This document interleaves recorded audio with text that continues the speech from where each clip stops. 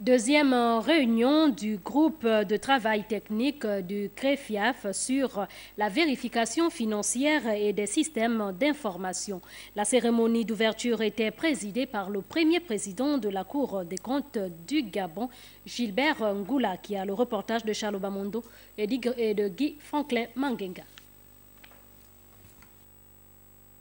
Cette rencontre de Libreville se tient dans un contexte tout à fait particulier et les participants ont vite fait et bien fait, lors de cette séance inaugurale, d'indiquer cette préoccupation essentielle. La réunion qui s'ouvre ce jour s'inscrit dans un contexte particulier, marqué par un double souci de professionnalisation de nos IEC et de la contribution significative des IEC au programme de développement durable à l'horizon 2030 des Nations Unies.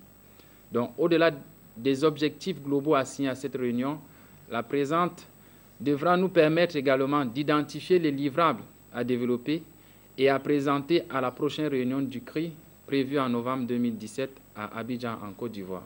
Gilbert Ngoulakia, le premier président de la Cour des comptes du Gabon, en prenant la parole à son tour, a rappelé à juste titre l'importance majeure des assises de la capitale gabonaise.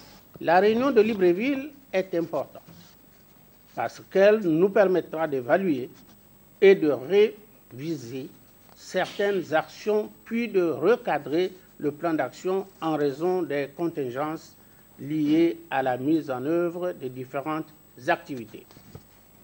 Elle devrait également permettre de préparer l'évaluation de la mise en œuvre du plan stratégique 2013-2017 et de dégager les orientations pour le futur plan stratégique 2018-2021.